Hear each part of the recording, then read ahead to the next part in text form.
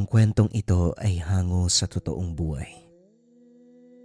Mula ito sa isa nating kabayan na itago na lang natin sa pangalang Berto.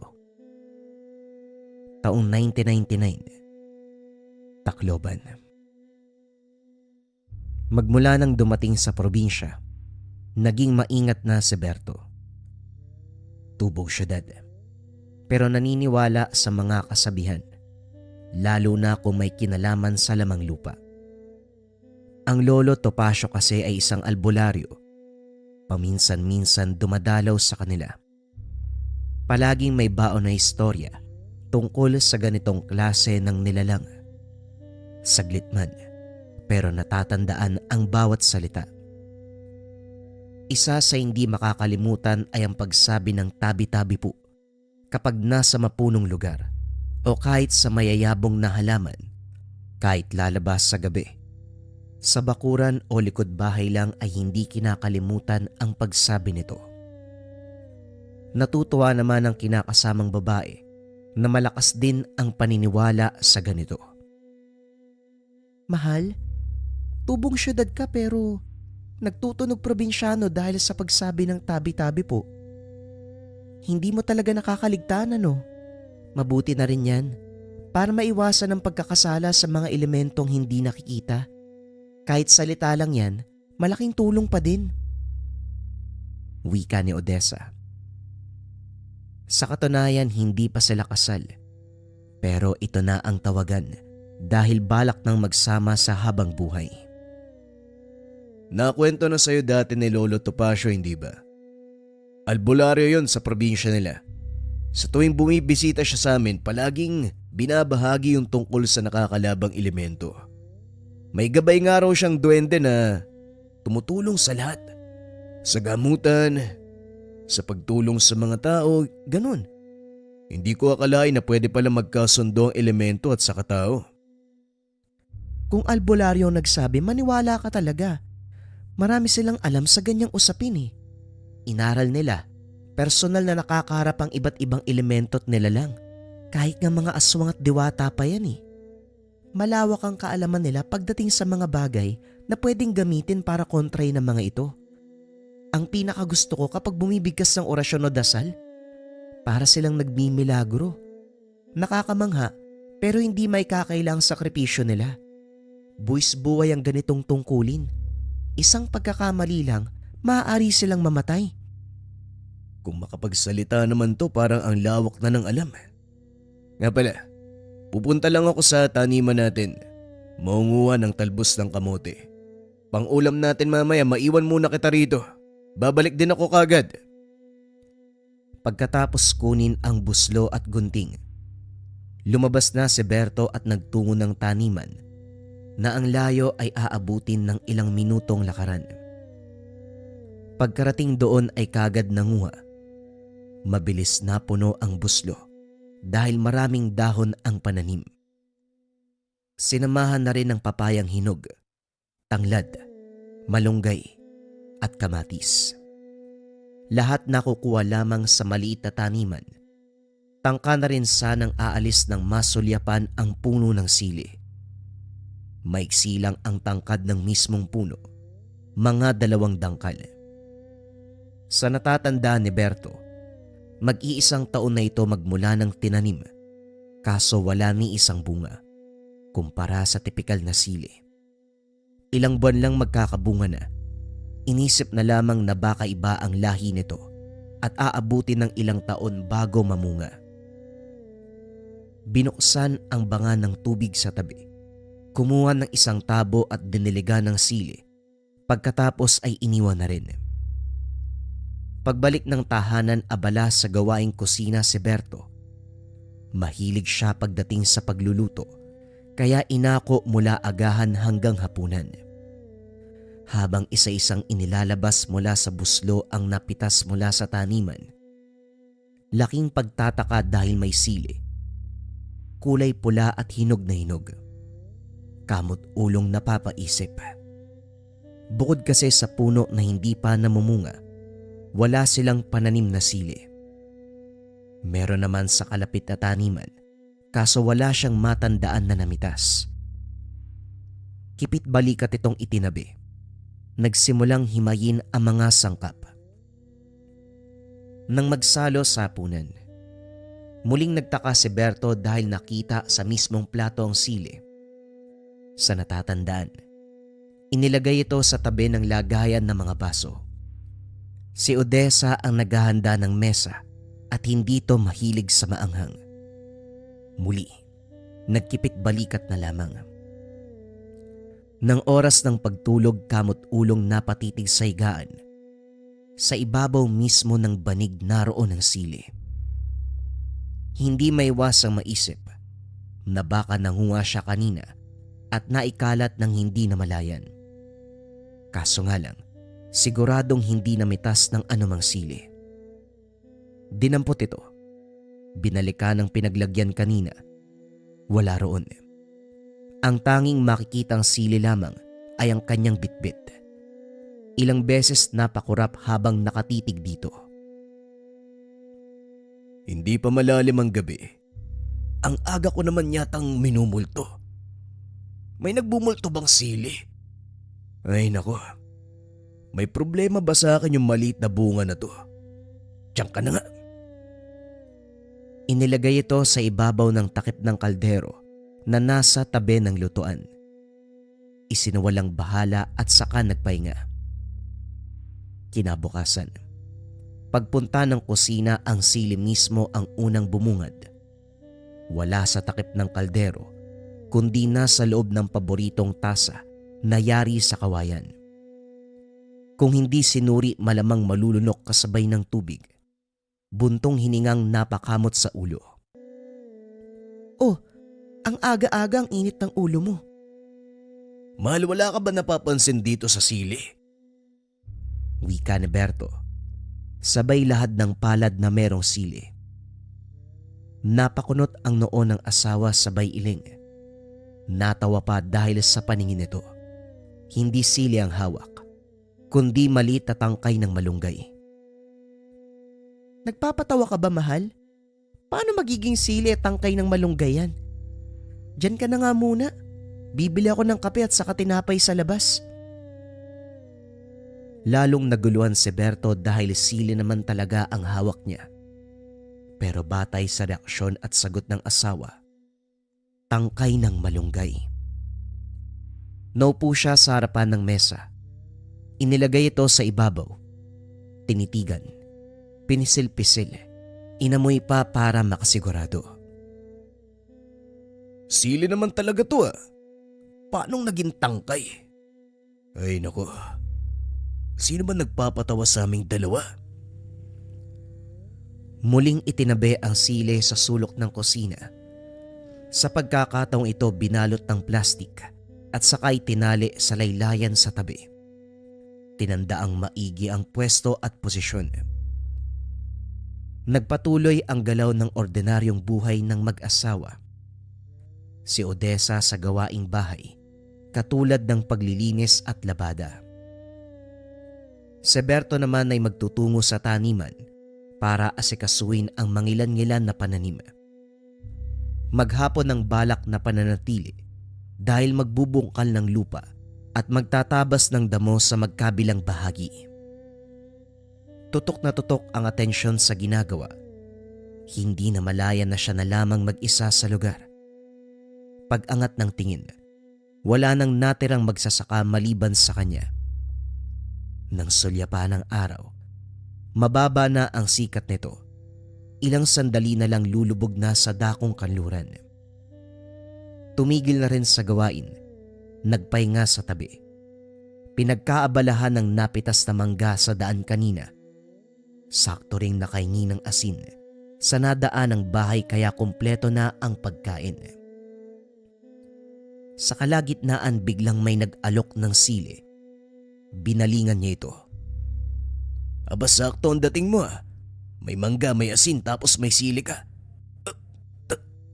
Anak na... Duwende! Nanlaki mga mata ni Berto nang mapagtanto kung sino ang katabi. Sandaling nagkatitigan, pero dali-dali siyang kumaripas palayo.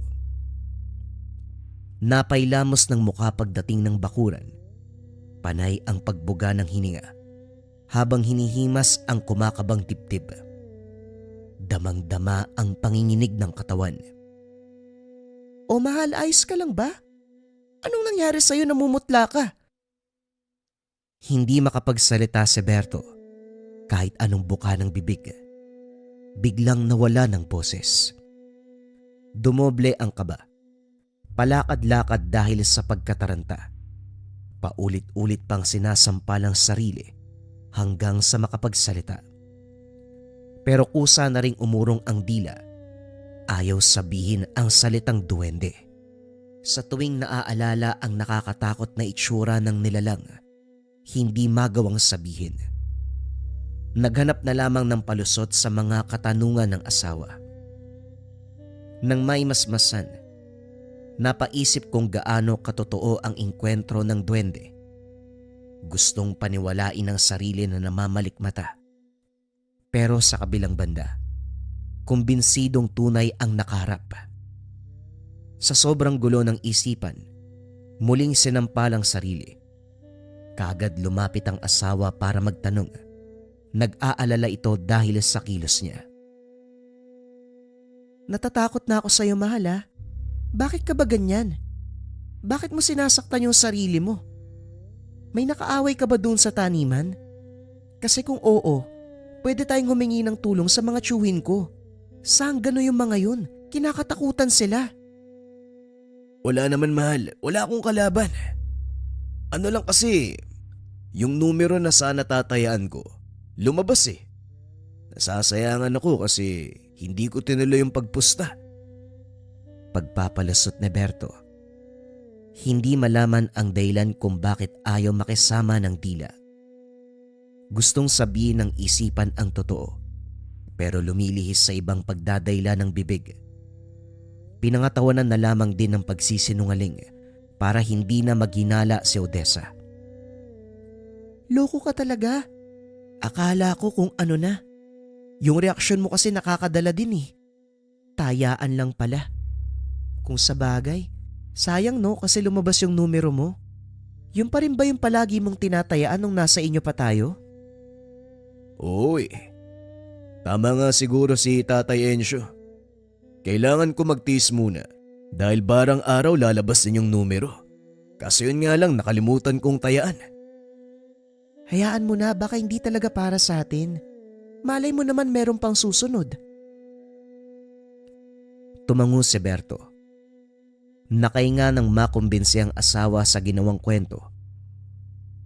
Sa kabilang banda, hindi pa rin matahimik ang kalooban. Paulit-ulit na bumabalik sa isipan ang mukha ng duwendeng nakaharap kanina. Sobrang lapit lang nila sa isa't isa dahil tumabi ito ng hindi namamalayan. Ang itsura, kulubot ang mukha at balat. Malaki ang ilong, mata at mahaba ang balbas. Magulo ang buhok nito pero pumaibabaw ang matitingkad na mga tenga na matulis ang dulo. Kulay pula ang kulay. Sigurado talaga ako sa nakita ko eh. Pero pwede namang namamalikmata lang, hindi ba? O baka naman, literal na bata yun. Tapos, pinaglalaroan ako ng sariling paningin kaya ibang mukha ang nakita. Pero kung ganun man, kawawa yung bata. Sa reaksyon ko pati siya nagtataka rin eh. Tinawag ko pa namang ay naku, ayoko na nga. Kung ano-ano yung iniisip ko. Hindi makatulog si Berto kung kaya't nasa kusina. Nakarap sa mesa habang nilalaro ng daliri ang bakanting tasa. Kakaubos lang ng kapeng laman. Hindi nagtagal. Naging malikot ang paningin hanggang dumako sa supot na wala na ring laman. Sa pagkakatanda, ito ang pinagsidla ng sili. Dali-daling binitbit ang lampara para hanapin. Kahit saang sulok tignan, walang mahanap. Ano ba naman yan biglang nawala? Pagkatapos naming kumain, nandito pa yun kanina eh. Hindi naman ginalaw ni Mahal. Ayaw nun ng sili. Teka, Duwende! Napasigaw sa gulat si Berto nang dumako ang tingin sa lutuan. Sa mismong batong sangkalan nakaupo ang duwende.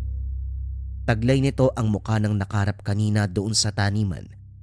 Bitbit ng kanang kamay ang hinahanap na sili. Napako sa kinalalagyan si Berto nang magsalita ito. Anong anak ng duwende? Duwende talaga ako. At saka nandito ang hinahanap mong sili. Laking gulat ni Berto sa boses nito. Napakurap ng ilang beses. Sa katunayan nanigas sa takot hanggang sa nawala ng malay. Nagising siya mataas na ang sikat ng araw. Lumuluha si Odessa ng mabungaran. Alalang-alala sa kanyang kalagayan. Para makalusot, nagkunwaring mahimbing lang ang pagtulog. Kaya kahit anong yugyog ang gawin, matagal bago nagising. Sa kabila ng nangyari, bumalik pa rin sa taniman si Berto. Nakakatakot. Pero naisip din na kailangang kumpirmahin ang mga kaganapan. Kung talagang totoong nagpaparamdam na ang duwende. Isa pa, inisip din ang sili. Habang nagtatrabaho, panay ang sulyap sa paligid. Kung minsan namamalikmata, dahil ang tingin sa halaman ay nagiging hugis duwende. Pagsapit ng hapon, sumabay si Berto sa pag-uwi ng ibang magsasaka. Hindi na nais pang mag-isa dahil baka magpakita na naman ng elemento. Kaso nga lang hindi siya nakaligtas dahil nautusan ng asawa na bumalik para manguha ng malunggay. Matapos makakuha ng ilang tangkay, nagmamadaling umalis pero hindi pa man nakakalayo ay napalingon ng may tumawag. Sa puntong ito, makikita ang duwendeng nakaupo sa malaking bato. Hindi maintindihan ni Berto ang sarili. Gustong lumakad palayo, pero nanatiling nakapako ang mga paa. Hindi maigalaw, hindi maikilos. Huwag mo na akong takbuhan, Berto. Hindi ako nandito para takutin ka. Nandito ako para ibalita ang gampanin mo. Sa dinami-rami ng tao sa mundo, bukod tangi kang pinagpala, ikaw ang napili ng tangan ko ng mga laga. Huwag ka rin mag-alala dahil ako mismo ang gagabay sa'yo. Hindi naman ako nagkulang sa pagsabi ng tabi-tabi po ah. Pero bakit may duwende pa rin na lumapit? Siguro bingi ang isang to. Wika ni Berto sa isipan.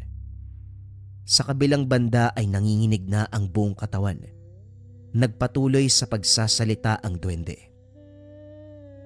Magiging instrumento ka para itaboy ang masasamang elemento sa hanay namin na gustong gumambala sa mga tao. Ikaw mismo magiging sandata para labanan sila. Ano? Pwede ba palisin mo na ako? Lubayan mo ko. Kung may gusto kang paglaruan, huwag ako pakiusap lang. Hindi ako naglalaro, Berto. Mainam pang tanggapin mo na ang tangan habang may oras pa. Sa susunod na mga araw, sisimulan mo na ang gampanin mo. Wika ng duwende. Sabay turo sa bulsa ni Berto. Wala sa sariling kinapa ang bulsa. Hindi makapaniwalang madadampot ang sili. Ito ang sili na palaging nakikita. Nang balingan ang elemento, naglakad palapit sa puno ng sili na hindi pa namumunga. Pagkurap ay bigla itong nawala. Dito lang din nakabalik sa ulirat. Nang makakilos ay nagmamadaling umuwi. Kinagabihan tinitigang mabuti ang sili. Matigas. Matindi ang maanghang na amoy. Kasing liit ng ordinaryong sili. Napapaisip kung ano ba ang nais ipagawa ng duwende. Sandali nga. Bakit ko ba papaniwalaan yung duwende na yun? Para akong nananaginip ng gising ngayon ako. Huwag na nga. Mababaliw ako nito eh. Ikaw naman Sili, dito ka lang. Huwag kang aalis ha. Baka bigla ka na namang mawala tapos lilitaw kung saan ako titingin. Binabaliw mo rin ako eh. Ay nako, pati ba ganitong bagay kinakausap ko na? Baliw na yata ako. Makatulog na nga. Kinabukasan, napabalikwas ng bangon si Berto nang masulyapan sa tabi ang sili. Inaantok pa sana pero biglang nagising. Ilang sandali itong tinitigan. Kinuha na rin at saka nagtungo ng kusina kung saan inilagay kagabi. Kamot ulo dahil wala na sa baso. Hawak-hawak niya na. Mahalang aga naman ang sili mo. Anong meron? Hindi nakasagot si Berto.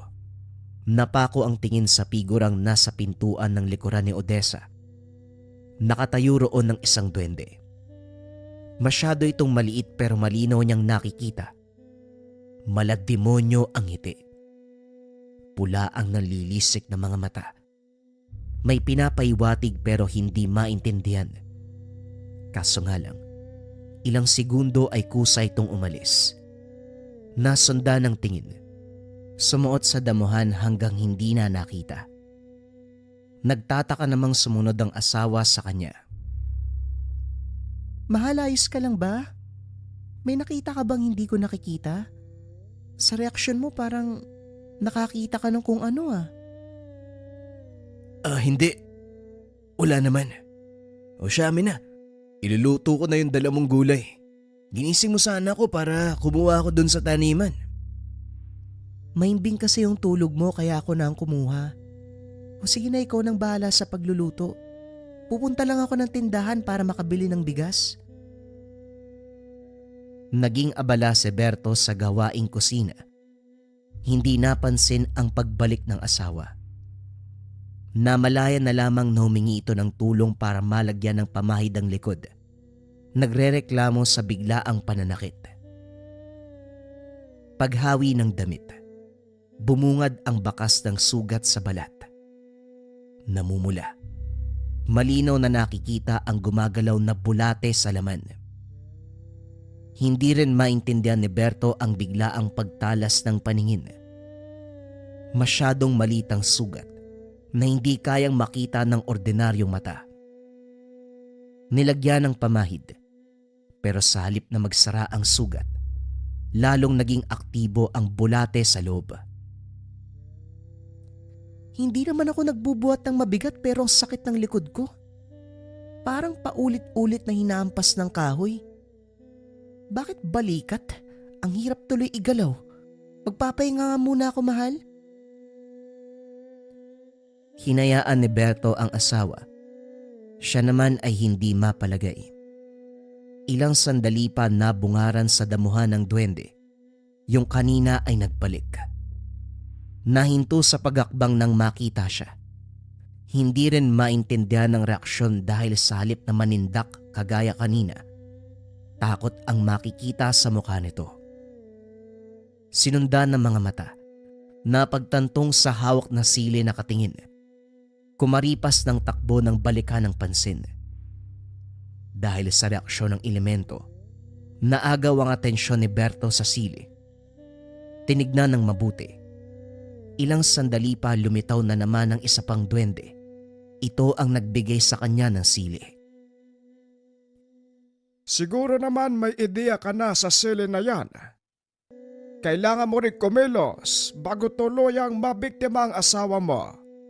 Ang nakikita mong bakas sa balat niya ay kagagawa ng isa pang duwende, yung nakita mo kanina. Sandali nga. Gawa ng duwende na kalahi mo. Niloloko mo ba ako? Nagpapakita ka sa akin para kalabanin ang kauri mo. Bakit hindi na lang ikaw ang gumawa? Namemerwisyo ka pa. At para malaman mo, lubayan niyo ang asawa ko dahil baka magkasubukan tayo. Hindi mo talaga naiintindihan ang takbo ng kaganapan, Berto. Kailangan mo ng kumilos bago pa mahuli ang lahat. Kasagsagan ngayon ng pambibiktima ng lahi ko. At sa sandaling mapuruan ng asawa mo, wala nang lunas. Siguradong mamamatay siya. Tumigil ka. Tigilan mo ko. Kung nahihibang kayo, huwag niyo kong idamay, lalong-lalo ng asawa ko. Umalis ka na. Huwag kang magpapakita sa akin. Itinaboy ni Berto ang elemento, subalit ayaw nitong umalis. Natigilan siya nang banggitin nito ang pangalan ni Lolo Topacio. Aniya, siya rin ang gabay na duwende ng albularyo. Naikwento ng elemento ang nangyari sa matanda. Nasa mabuting kalagayan pa naman, kaso nagtapos ang panahon ng paggabay kung kaya't naghahanap ng papalit. Hindi si Lolo Topacio ang pumili kay Berto na maging kasunod, kundi ang mismong duwende. Tulalang nakatitig si Berto sa nilalang. Makatotohanan ang sinabi nito. Hindi magawang baliwalain dahil binanggit ni Lolo Topacio. Magkatugma ang kwento ng matanda sa sinasabi ng duwende ngayon. Kaso nga lang hindi pa sigurado si Berto sa sarili. Naninibago sa takbo ng kaganapan. Matagal ang ginawang pangungumbinse ng duwende bago napapayag si Berto. Ginamit na ala si Odessa para mapasunod. Bilang asawa, ayaw rin na mapahamak. Tinuruan siya ng nilalang kung paanong gagamitin ang sili at sa anong paraan tatapatan ang panggugulo ng kalahi. Sa pagsapit muli ng gabi, panay ang reklamo ni Odessa. Sumasakit ang likod hanggang balikat. Nang tignan ni Berto, dumarami ang sugat at lalong naging aktibo ang bulating nagkalat sa laman. Sa halip na lagyan ng pamahid, iba ang inilagay. Nanguha ng mga sili at idinikdik ng pinong-pino. Pagkatapos inihalo ang sili ng duwende. Hindi magandang ideya na ipahid sa sugat dahil lalong hahapdi sa anghang. Kaso iba sa sitwasyong ito. Gumaan ang pakiramdam ni Odessa. Mahimbing ang pagtulog. Kaso nga lang ang duwende ay patuloy sa pag-aligid na para bang layong mabiktima ang babae. Lumabas si Berto. Hinarap ito bitbit ang sili. Naguluhan na naman sa mukhang bumabalandra. Naging matapang ang nilalang na sa huling natatandaan ay takot na takot. Hindi ko alam kung bakit ba ako napadpad sa kapalarang ito. Nakikipag-usap sa nilalang na kagaya mo. Pero dahil asawa ko ang pinag-uusapan, hindi ko mapapalampas. Anong pakay mo? Isa lang ang gusto ko sa asawa mo. Maging akin siya. Maganda. Nararapat lamang sa nilalang na buong pusong nagmamahal sa kanya. Hindi kagaya mo. Pangit ka. Hindi ka pa marunong mag-alaga. Akin si Odessa. Kaya ko siyang pangalagaan at ibigay ang anumang naisin. Abalokong to ah. Kung tapakan kaya kita ngayon. Hoy, ang tao ay para lang sa tao. Ikaw na duwende, maghanap ka ng kagaya mong duwende. Kung asawa lang naman ang hanap mo, yung kauri mo. Tahimik kaming namumuhay dito pero naggugulo ka. Bit-bit mo talaga ang sili. Kilala ko kung kanino ang tangan. Sa kalahi kong kunwari mabuti pero traidora. Marami nang napatay na kasamahan ko ang siling yan, pero hindi ako magpapadaig. Ganun ba? Ngayon nauunawaan ko na kung bakit sinabi ni Lolo Topacio na kapag may gusto kayo, talagang gagawin ang lahat para makuha. Pero pasensya na lang tayo. Pero hindi bagay ang asawa ko na pwede mong angkinin. Nagbago ang reaksyon ng duwende. Kumuha ito ng kahoy na kagad lumabas ang apoy. Nagliliyab na rin ang mga mata. Lumaki ang hubog na parang isang taong gulang na bata. Kagad itong sumugod. Nagpakawala ng apoy. Unti-unting nasusunog ang damo sa bakuran. Nag-isip ng paraan si Berto pero nang makitang umabot na sa dingding ang apoy, dali-daling dinampot sa braso ang nilalang. Kahit mabilis ang kilos nito na parang kidlat, nagawa pa ring hawakan. Walang sali-salitang isinubo ang sili, mariing pinigilan upang hindi mailuwa. Nagwala ang duwende hanggang sa unti-unting nawala ng lakas. Makalipas ang ilang sandali, dahan-dahang naupos ang katawan na parabang sinindihang tabako. Humalo ang abo sa lupa. Paglingon ni Berto, wala na ang apoy. Inapula ng duwendeng gabay. Mahusay ang ginawa mo. Kung una pa lang nakinig ka, hindi na sana abot ng ganito. Ngayong wala na ang duwendeng yan, nailigtas mo na rin si Odessa. Hanggang dito na lamang ako. Kailangan ko nang bumalik sa mundo. Pero iiwan ko sa iyo ang bagay na yan. Iiwan ko ang tangan. Gamitin mo ang sili. Simula pa lang ito ng kapalaran mo. Marami pang katanungan si Berto. Gustong itanong ang pangalan nito pero hindi na nagawa. Kagaya ng sinabi, napapadalas ang pagkita sa mga duwende kung saan-saan. Karamihan sa mga ito ay umaakyat sa mga bahay-bahay para mangbiktima, pero kapag nakita siya, kaagad naglalaho at hindi na natutuloy ang pakay.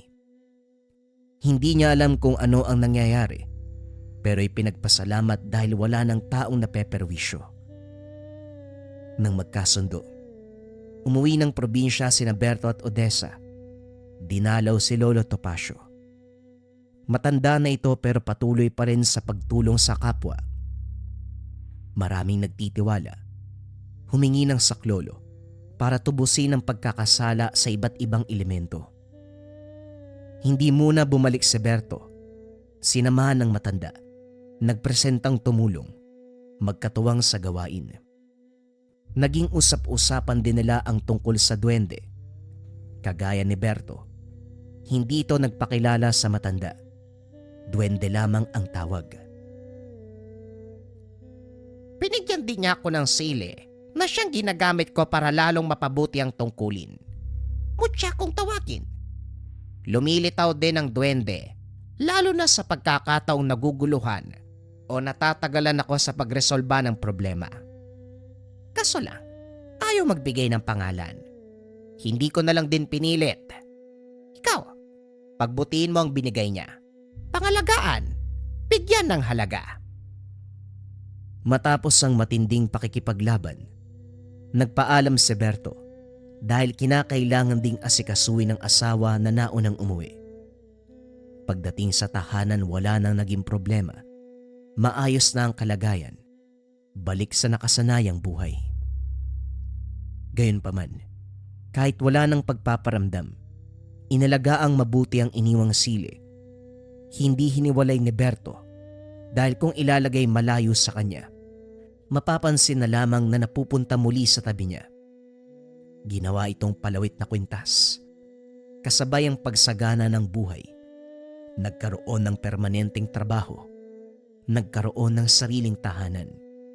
Hindi lang proteksyon ang kayang ibigay nito kontra sa mga elemento't nilalang.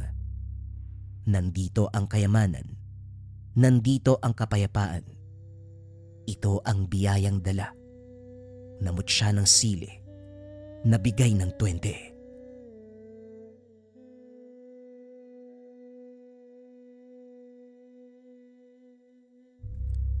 Ayon sa matatanda, ang tunay na pag-ibig hindi basta-basta bumibitaw.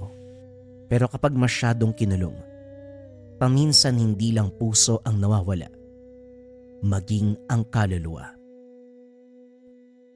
Ang kwentong ito ay hango sa totoong buhay. Mula ito sa isa nating kabayan na itago na lang natin sa pangalang Elias. Taong 1958, Iloilo. Sa isang liblib na baryo sa Iloilo, naninirahan ang isang sikat na pintor. Kakaiba at tila merong mahika ang bawat obra. Bagamat sikat at maraming humahanga sa angking galing ng binata, sa hindi malamang dahilan, tila hindi ito umaasenso kahit gaano pa kaganda ang bawat pinta. Ang perang nakukuha nito sa bawat benta ay tila naglalaho na parang bula. Hindi naman maluho si Elias. Meron itong tahanan na ipinagawa ng yumaong magulang at tanging sa pagkain at kuryente lamang napupunta ang kita. Kaya kahit si Elias mismo, nagtataka kung saan napupunta ang pera nito. Simple lamang ang pamumuhay ng binata. Kahit na mag-isa sa buhay, hindi naman ito nakaramdam ng lungkot. Wala sa isip nito mag-asawa o bumuo ng sariling pamilya. Ang gusto lang gawin, magpinta ng magpinta hanggang sa matapos ang oras nito sa lupa. Ngunit ang payapang mundo ay nagbago ng isang araw. Habang nakalabas ang mga obra upang ibenta sa bayan, nakakita si Elias ng isang dalaga. Ito ang unang beses ng binata na makakita na ganito ang itsura. Napakaganda, mahinhin, mahaba ang buhok, maganda ang mata at tila maladiwata ang itsura. Hindi na malayan ni Elias na grabe na pala ang pagkaumaling nito sa dalaga. Nagulat siya nang magsalita ito sa kanya. "Ayos ka lang po ba?" Natauan si Elias nang mapansin na nakanganga ang sarili. Labis itong nahiya at hindi nakapagsalita. Tumango lamang ito at yumuko. Inulit ng dalaga ang tanong. "Pasensya na pero pwede ko bang malaman kung magkano yan?" Tanong ng dalaga. Nang hindi muling sumagot si Elias, umalis na lamang ang dalaga upang pagmasdan pa ang ibang obra ng binata. Wari ng dalaga, maaaring masungit ang pintor, kaya minabuting wag nang gambalain pa. Hindi alam ng dalaga na habang siya ay nagmamasid, sa hindi kalayuan ay pinagmamasdan din pala siya. Hindi mapigilan ni Elias sa tignan at sundan ng dalaga. Tila hindi makapaniwala ang binata na meron palang babae na kakaiba ang kagandahan. Paminsan-minsan, nauhuli ng dalaga ang pagsulyap nito. Kaagad namang umiiwas ng tingin ng binata at yumuyuko. Kalaunan, hindi na naging komportable ang dalaga, kaya naman tuluyang umalis sa lugar. Habang papalayo, hindi alam ng binata kung bakit bigla niya itong hinabol. Tumakbo ng napakabilis. Kaagad nakita ng dalaga. Sa takot ay kumaripas din ng takbo. Nang makalayo-layo, akala ng dalaga wala na ang tila baliw na pintor. Huminga ng malalim at nang lumingon ay sumigaw ng napakalakas. "Teka, bakit ka ba Aray ko! Ang sakit sa tenga!" Wika ng binata habang hinahawakan ang magkabilang tenga. Bakit mo ba kasi ko inahabol? Bastos ka, no? Ano ka ba, hindi ako ganun, ha? Ako yung pintor kanina. Di ba tinatanong mo kung magkano yung presyo ng gawa ko? Baliw ka pala eh. Kanina pa kita tinatanong tapos hindi ka naman sumasagot. Tingin ka pa ng tingin. Tapos ngayon bigla kang tatakbo? Hinahabol mo pa ako? Pasensya ka na. Naiya lang kasi ko. Ngayon lang to nangyari sa akin eh. Kaya hindi ko alam kung anong dapat gawin. Ako nga pala si Elias. Kung interesado ka pa, marami pa akong gawa. Baka gusto mong makita. Diwata. Diwata ang pangalan ko. Tamang-tama ang pangalan ng dalaga sa kanya. Sigurado ang mga magulang nito na lalaking maganda ang babae. Doon nagsimula ang ugnayan ng dalawa. Lumipas ang ilang taon. Hindi inakala ni Elias na ang kontentong buhay nito ay may igaganda pa. Simula nang dumating si Diwata, tila nagbago ang pananaw sa mundo. Akala niya noon na obra lamang ang kaya niyang pagandahin at bigyan ng buhay. Hindi nito alam, pati pala ang kanyang realidad ay mabibigyan ng kulay. Dahil ito sa presensya ni Diwata. Masaya naman ang dalaga kahit simple ang pamumuhay. Kontento ito basta nasa piling ng binata. Isang araw, Naganda na si Elias upang yayain si Diwatang magpakasal. Naganda ito ng magandang hapunan. Inayos ang tahanan. Puno ng dekorasyon at iba pang mga palamuti. Sobrang saya ng binata. Sa kanyang isipan magsasama sila habang buhay ng minamahal. Kaso nga lang sa hindi inaasahang pangyayari, lahat ng pangarap magiging alaala na lamang. Nag-aalala si Elias ng gabing hindi umuwi ang dalaga. Sa buong pagsasama ng dalawa ay hindi pa naman nagpapagabi. Kaagad siyang lumabas ng tahanan upang salubungin ito. Daladala ang payong. Sinugod ni Elias ang ulan ng gabing yun. Lumipas ang ilang minuto, wala pa ring senyales na papunta na ang dalaga. Kaya naman kagad pumunta sa kapulisan. Nahingi ng tulong upang hanapin ang kasintahan. Nung una ayaw sanang samahan ng mga ito si Elias. Lalo na't wala pang 24 oras ang nakalipas upang masabi na nawawala ang isang tao. Ngunit dahil sa pagmamakaawa, pumayag na ang mga ito. Sa tulong ng mga kapulisan, natagpuan nila si Diwata.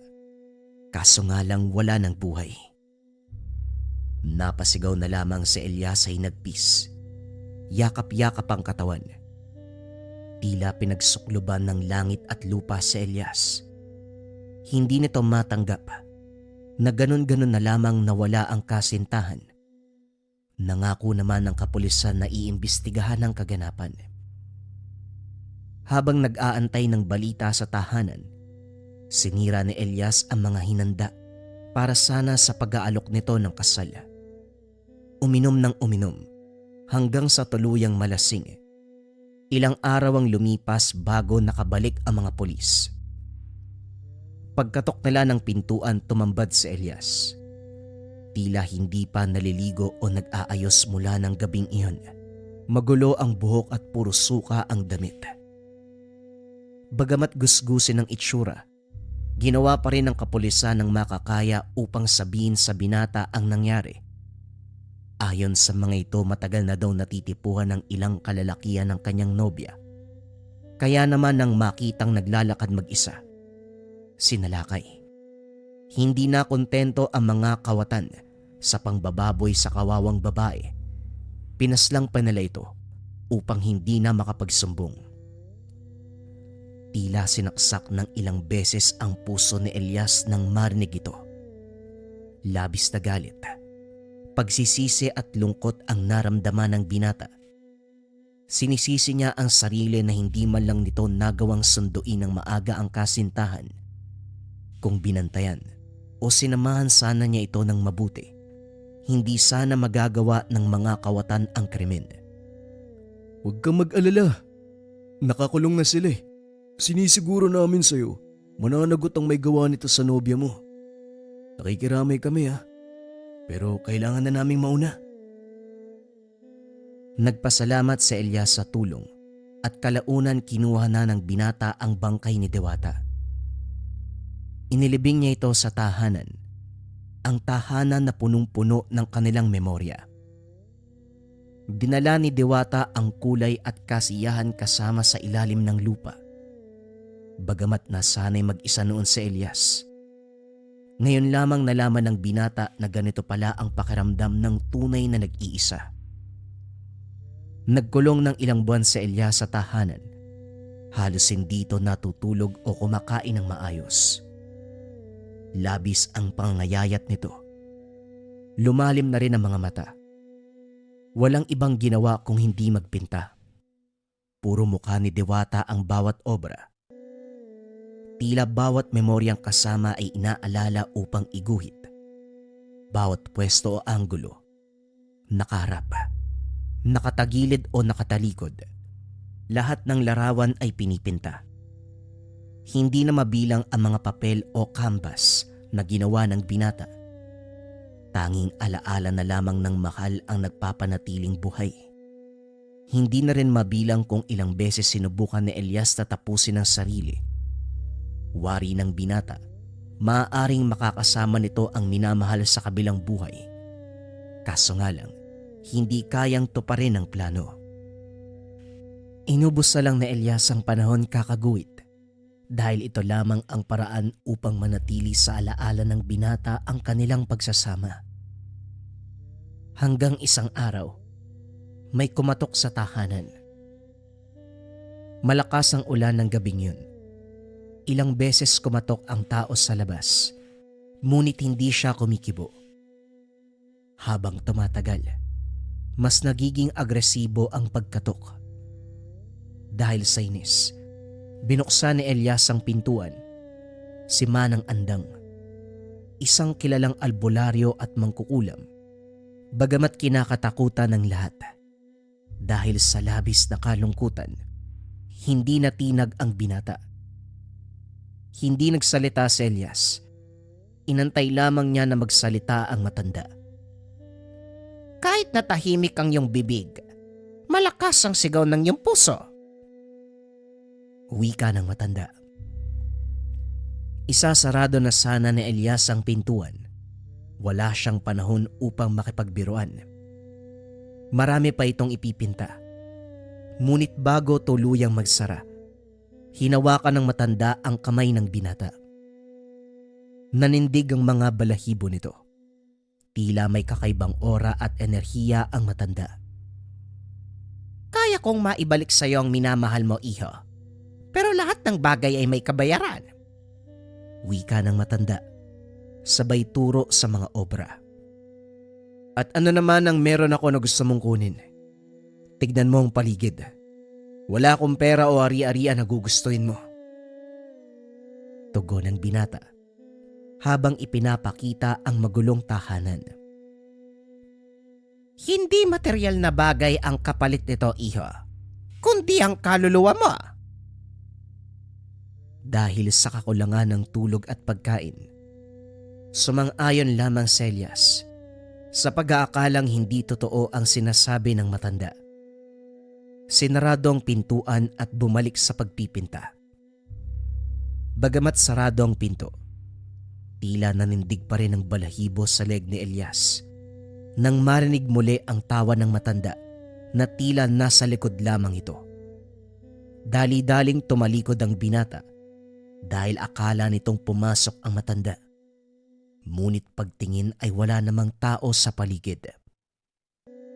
Hindi na malayan ni Elias na nakatulog na pala ito. Nagising na lamang siya sa mesa nang may magsalitang pamilyar na boses. Oh, nakatulog ka na naman? Ilang beses ko nang sinabi sa'yo sa kama ka magpahinga. Gulat na gulat si Elias nang makita ang kasintahan. Sinampal nito ang sarili at nagilamos. Nang mahimasmasan, bumalik siya sa lugar kung saan nakita ang dalaga. Hindi makapaniwala ang binata sa nakikita. Si Diwata. Parehong-parehong itsura, boses maging ang aura. Naiyak na lamang si Elias at maigpit na niyakap. Matagal bago binitawan muli ang kasintahan. Natatakot ito na maaaring guni-guni lamang ang lahat. Ano ka ba, Elias? Hindi ako makahinga. Sige na. Maghahanda na ako ng umagahan. Teka, ano bang nangyayari? Totoo ba to? Ikaw ba talaga yan, Diwata? Ano bang meron sa'yo? Nakikita, naririnig, nahahawakan mo na nga ako. Bakit hindi ka pa rin naniniwala? Pero paano? Ako mismo naglibing sa'yo. Hindi ba't? Huwag ka nang maingay. Ang importante, magkasama tayo. Bagamat nag-aalangan, minabuti na lamang ni Elias na huwag isipin ang sitwasyon. Ang importante ay bumalik na ang minamahal. Ilang linggo ang nakalipas. Nanumbalik ang saya sa puso ng binata. Nakakakain at nakakatulog na ng maayos. Kalaunan ay nanumbalik na rin ang sigla at pangangatawan. Isang gabi, naganda muli ang binata. Muling nag-ayos ng mga dekorasyon. Maraming palamuti at nagluto ng napaka-espesyal na hapunan si Elias. Sa pagkakataong ito, naitanong na rin ng binata kung nais ba nitong magpakasal. Labis namang ikinatuwa ng umuo ang dalaga. Sobrang saya ni Elias ng panahong iyon. Kung lahat ay panaginip lamang, nais ng binata na wag nang magising pa. Sa labas ng tahanan, napag-uusapan nito ng mga kapitbahay. Nakikita kasi nila. Napakasaya at tila tumatawa mag-isa. Akala na meron itong kausap, ngunit nang tignang maigi, napagtanto na walang kasama si Elias. Naku po, parang tuluyan ang nasiraan ng ulo yan ah. Kaya nga kawawa naman. Nabalitaan mo ba nangyari sa kanya? Abay oo naman, napakasaklap ah. Paanong hindi kakalat? Nagpatuloy na ang mga ito sa paglalakad. Hindi man ito nakikita ng iba. Ang mahalaga kay Elias, tunay na nakakasama ang kasintahan. Ilang buwan pa ang lumipas. Bagamat kumakain ng sapat at nakakatulog ng maayos, napansin ng binata na nangangayayat muli ito. Dinoble niya ang pagkain, pero ganun pa rin ang kalagayan. Tila unti-unting hinihigop ang kanyang lakas. Napansin din ng binata na madali na itong mapagod at mas napapahaba na ang pagtulog. Bagamat ganun ang nangyayari sa kanya, tila hindi ito napapansin ni Diwata. Ilang beses niyang tinanong ang dalaga kung napapansin ba nitong may kakaiba sa kanya. Ngunit pareho lamang ang sagot nito. Mas lalo kang gumagwapo, yun lang naman. Bagamat masaya, hindi nito maiwasang mag-alala. Nagising na lamang ito sa hindi pamilyar na ingay. Parang merong naiyak, ngunit hindi nito matukoy kung sino o ano ang pinagmumulan. Tatayo na sana si Elias upang hanapin kung saan galing ang ingay. Ngunit kinabahan nito nang mapansin na wala ang dalaga sa tabi. Kagad siyang bumaba, ngunit kakaiba ang kutob ng binata. Minabuti nitong magdahan-dahan at huwag gumawa ng ingay. Pagdating sa sala, nanlaki ang mga mata ni Elias. Isang nilalang na hindi mawari ng binata. Isang nilalang na napakahaba ng galamay. Tila gawa sa ugat ng puno. Pinagtagpi-tagpi na basang lupa ang katawan. Halong takot at pagkamangha ang naramdaman ni Elias.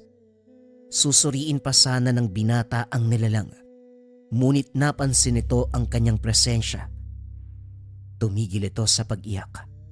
Dahan-dahang tumingin sa direksyon ni Elias. Tila tumigil ang puso ng binata. Kitang-kita ng dalawang mata ang nakakatakot na itsura ng nilalang. Katulad ng katawan. Gawa rin sa ugat ng puno ang mukha nito. May tumutulo pang basang lupa at tila meron ding sungay. Hindi alam ni Elias kung ano ang gagawin ng panahong iyon. Ngunit nang maalala na mawawala ang kasintahan, lahat ng takot na nararamdaman kanina ay biglang naglaho. Asan si Diwata? Anong ginawa mo sa kanya? Ako to. Nanlaki ang mga mata ni Elias nang marinig ang boses. Mahal mo pa rin ba ako? Kahit ganito ang aking anyo. Oo naman. Basta ikaw yan, Diwata. Walang pag-aalinlangan na sagot ni Elias. Niyakap nito ang nilalang at pinatahan. Bumalik na muli sila sa kwarto upang magpahinga. Kinabukasan na numbalik ang itsura ng dalaga, nagpatuloy pa rin ang pagsasama ng dalawa. Kahit paminsan ay nagbabago ito ng anyo. Hindi ito naging dahilan upang magbago ang pakikitungo ni Elias sa nilalang. 6 na buwan na ang lumipas, simula nang bumalik si Diwata. Napansin ni Elias na lumalala na ang kondisyon. Halos hindi na makabangon sa kama ang binata. Kaya naman nangingina ito ng tulong. Akay-akay ni Diwata. Nagtungo sila sa kubo ni Manang Andang. Pagbukas ng pintuan, hindi maipinta ang mukha ng matanda. Tila may halong tuwa, pagkagulat at pagtataka sa itsura nito. Pinapasok ni Manang Andang si Elias. Ngunit si Diwata ay tila hindi makaalis sa pwesto. Oh, bakit nandyan ka lang? Alika dito. Ano ka ba? Kahit anong pilit mo, hindi yan makakapasok sa tahanan ko. Nga pala, ang tindi mo, iho. Hanggang ngayon buhay ka pa. Kinilabutan si Elias nang marinig ang tawa nito. Ano pong ibig niyong sabihin, Manang? Hindi ba't sinabi ko sa'yo na may kabayaran ang pagbuhay ko sa kasintahan mo? Kung napapansin mo, hindi ka pa nakakapagbayad pero grabe, mahigit kalahating taon, talagang matatag ka. Pero mukhang malapit ka na. Ano po bang ibig niyong sabihin? Kaya po ba ako nagkakaganito dahil malapit na ako mamatay? Oo naman. Pero syempre ikaw ang magpapasya. Kung gusto mong bumalik ang iyong kalusugan, kailangan mong bitawan at tuluyang kalimutan ang iyong sinisinta. Hindi ko po magagawa ang bagay na yan. Bahala ka sa buhay mo, iho. Dito napagtanto ni Elias na walang kahit anong gamot ang magpapagaling sa kanya. Tanging kailangan lamang nitong mamili kung ililigtas ba nito ang sarili o sasama sa nilalang. Matanong ko lang pala, Manang, totoo bang si Diwata ang kasama ko? O nilalang lang na kinuha ang katauhan niya? Importante ba talaga ang sagot, iho? Hindi ba't ang gusto mo lang ay makasama siyang muli? At isa pa, sinabi mo naman sa kanya na mamahalin mo siya kahit ano pa. Napaisip si Elias sa sinabi nito. Paano niya nalaman ang usapan nila? Hindi kaya't niloloko lamang ito ng matanda. Kung ano pa man, kailangan niyang magpasya. Habang lumalala ang kondisyon mo, mas hihina ang orasyon ko sa nilalang. Kung gusto mo pang makasama ang nobya mo, kailangan mong magpasya kaagad bago tuluyang bumigay ang katawan mo.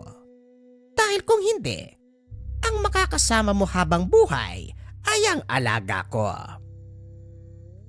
Ang sinasabi mo ba, hindi si Diwata ang nasa loob ng kubong to? Katulad ng sinabi ko kanina, sa'yo na mismo nang galing na basta't kasama mo siya, wala nang iba pang mahalaga. Hindi na sumagot pa si Elias. Nag-isip na lamang ito kung ano ba ang dapat gawin. Umuwi na lamang ang dalawa dahil nalaman na ng binata na sa huli. Hindi pang habang buhay ang kanilang pagsasama. Habang naglalakad, napansin ng binata na tila kakaiba ang tinig ng bawat residenteng madadaanan. Hindi ito sigurado kung dahil ba sa kanyang itsura, lalo na't hindi maganda ang kondisyon ng katawan. Ngunit habang tumatagal, sinusundan na ng binata ang tingin nila. Hindi sa binata nakatingin ang mga ito. Nay, tignan mo oh. Wika ng isang bata habang may tinuturo. Ang isa naman ay biglang napasigaw ng demonyo. Napalingon ng binata sa itinuro. Si Diwata bagamat anyong tao, ang balat ay parang sa kahoy. Kahit hinang-hina ang katawan, dali-dali nitong kinuha ang dalaga at nagmamadaling umuwi. Sinarado ni Elias ang pintuan. Hindi niya alam kung ano pa ang magagawa ngayong nakita na nila ang kasama nito. Halong takot at galit ang mukha ng residente sa kanya.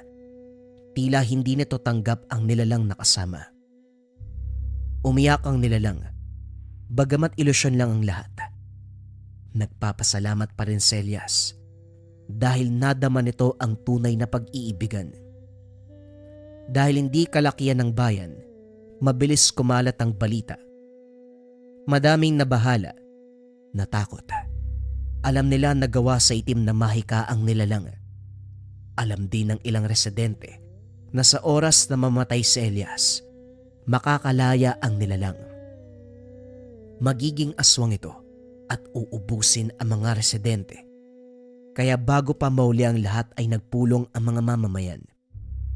Dala ang mga kagamitan, ilang orasyon, maging ang apoy. Nagtungo sila sa bahay ng dating hinahangaang pintor. Halo-halo ang emosyon ng mga pumunta. Naawa ang ilan, habang ang iba ay galit kung bakit hinayaan ng binata na linlangin ng nilalang. Kaso nga lang makalipas ang ilang pagkatok, hindi pa rin sumasagot ang pintor. Nagalit na ang ilang residente, kaya naman pinalibutan nila ang lugar upang masiguradong hindi makakatakas ang nilalang. Giniba nila ang pintuan, kagad nilusob ang tahanan, ngunit napagtanto nila na wala na ang dalawa. Labis na nag-alala ang mga ito. Nangangamba na maaaring huli na ang lahat at nagsimula na ang nilalang. Umuwi ang iba upang proteksyonan ang pamilya. Nagdasal ang mga ito, habang ang ilan ay nanatili upang siguraduhin na hindi nagtatago ang dalawa. Makalipas ang ilang sandali, napagtanto ng mga residente na wala na talaga ang dalawa sa tahanan. Ngunit bago tuluyang nakalis, napansin ng isa sa mga residente ang huling obra ni Elias. Napapalibutan ng larawan ni Diwata ang buong silid. Lahat ng sulok, papel at canvas. Tanging dalaga lamang ang laman. Ngunit sa gitna ng kwarto, nakalagay ang huling pinta ng binata. Merong malaking puno na walang mga dahon. Tuyong-tuyo. Sa ilalim ng punong iyon ay si Diwata. Nakangiti at tila masaya. Ngunit kumpara sa ibang obra, sa larawang ito ay naroon si Elias. Yakap-yakap ang dalaga. Tila masaya ang mga ito at sa huling pagkakataon, habang buhay na silang magkasama. Ang pangamba ng mga residente ay unti-unting nawala. Dahil habang tumatagal, wala namang senyales na merong nawala o namatay sa bayan. Kalaunan nakalimutan na rin ng mga ito ang nangyari. Nagpatuloy na lamang sa kanilang buhay. Makalipas ang panahon, isang gabi biglang may kumatok sa abandonadong tahanan ng dating sikat na pintor. Naglakad ito sa madilim at maalikabok na silid. Bitbit ang lampara. Sinuri ang paligid. Sa gitna ng kwarto, kung saan nakalagay ang huling larawan, kinuha ng kulubot na kamay ang canvas. Dinala ito sa isang pamilyar na kubo, ang kubong tinitirahan ni Manang Andang. Mukhang mas pinili mo talagang makasama ang nobya mo. Sige, total bayad ka na. Hahayaan ko kayong dalawa sa litratong ito. Huwag kang mag-alala. Wala nang ibang makakapaghiwalay pa sa inyo. Isinabit nito ang larawan sa pader. Habang naglalakad palis, doon makikita na marami na pala itong nakuha. Tila ilang dekada na itong nangongolekta ng hindi lamang obra, kundi pati na rin mga kaluluwa. Hanggang ngayon, maririnig pa rin ang kakilakilabot na tawa ng matanda. Tila hindi pa ito tapos sa paghahanap ng susunod na obra, sa paghahanap sa mga taong nangungulila na nais ibenta ang kanilang kaluluwa kapalit ng bagay na kanilang minimithi. Ito na yung matagal nyo nare-request mga kabayan, Pampaamo. Kaluban de Pampaamo. Itong banig, itong kaluban, gawa to sa Negros. Gawa na mga katutubo sa Negros. Pero yung Pampaamo nandito sa loob. So bubuksan mo lang yan. Tapos makikita mo dito yung mga sangkap mga kabayan. Kumuntikan pang malaglag. Ayan. Andiyan yung mga pangkalikasang sangkap. Ang may gawa nito, 6 na antingero sa Negros. Sila yung nangalap ng mga sangkap, sila yung nagkonsagra, sila yung nagbasbas. Itong lalagyan, mga katutubo ang gumawa sa Negros, at itong mga sangkap, gawa ng 6 na antingero, sila yung nagkonsagra, sila yung nagbasbas. Kung nasa toxic environment ka, sawa ka na ikaw yung lagi napapag-initan, laging galit yung mga tao sa paligid mo, yung partner mo, yung boss mo, subukan mo tong kaluban. Simple lang ang gagawin kabayan, dadalhin mo lang to. Pero itong kasamang gabay po lang tela pouch, ilagay mo lang sa pouch, ilagay mo sa bulsa mo, and let it work for you. Bagay din to sa mga taong palagi merong kausap or nasa sales para mabilis kayo makapagpalagayan ng loob ng taong kausap mo. Para sa lahat na interesado, isearch lang ang shop ng Leka Merchandise.